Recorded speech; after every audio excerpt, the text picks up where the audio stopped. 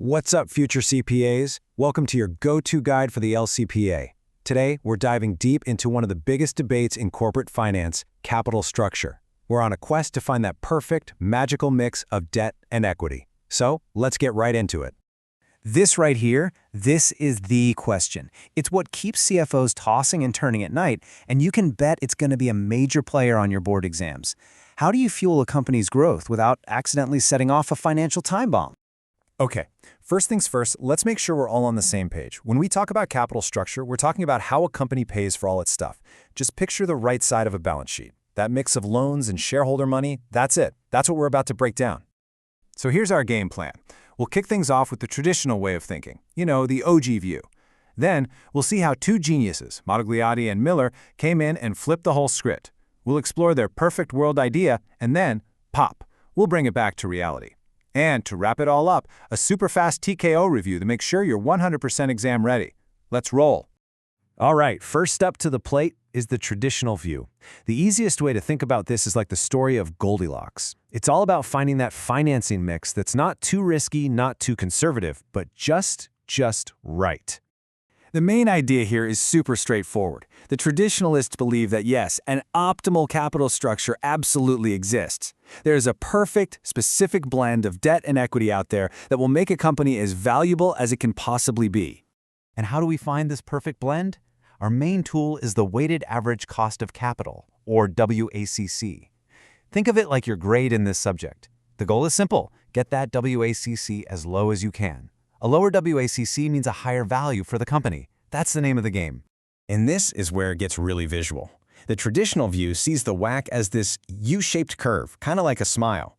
See, when you start adding a little bit of cheap debt, your average cost of capital goes down. Awesome, right?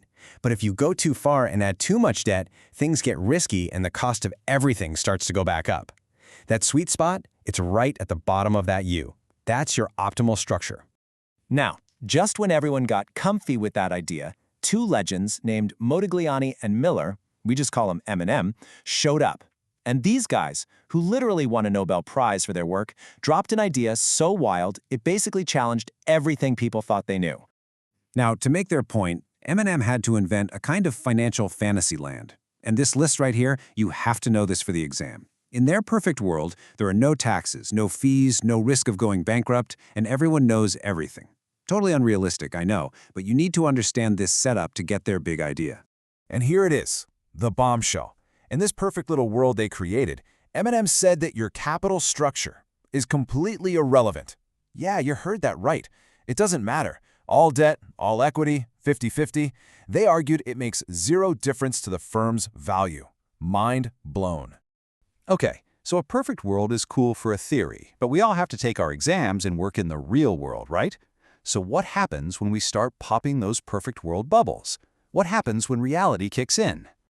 The very first reality check, taxes. The second M&M introduced this one tiny real-world detail into their model, their whole perfect world theory got turned completely upside down. And here's why. Debt has a secret weapon that equity doesn't have. It's called the interest tax shield.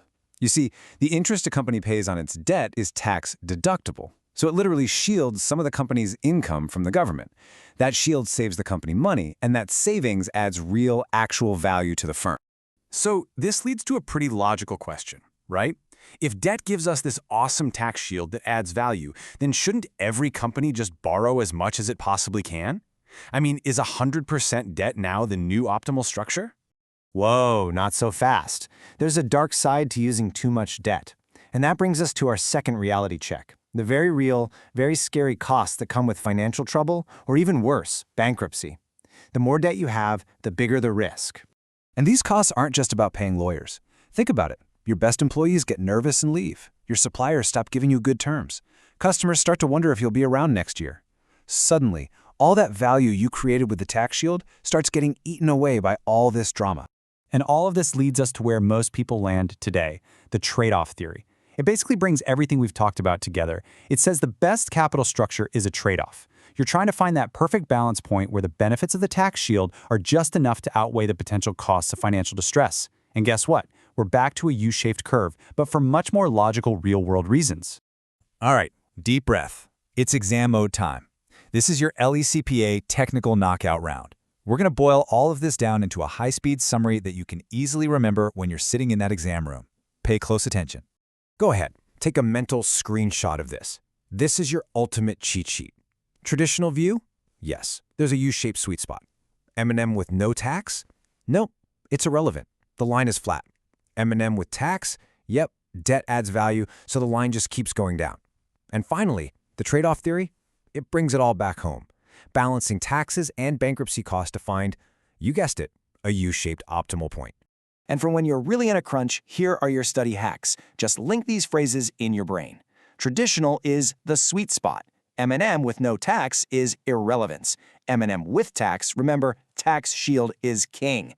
And trade-off theory is the big fight, taxes versus bankruptcy. Oh, and a little bonus for you, don't forget the pecking order theory. It just says companies prefer to use their own cash first, then debt, and only as a last resort issue new equity. It's like a financing food chain. So we'll end on this. Now that you've got the theories down, think like a real-world advisor. How would you actually help a company decide how much risk is too much? That's the multi-million-dollar question. Nail these concepts, and you're not just ready for the exam, you're ready for your career. You totally got this.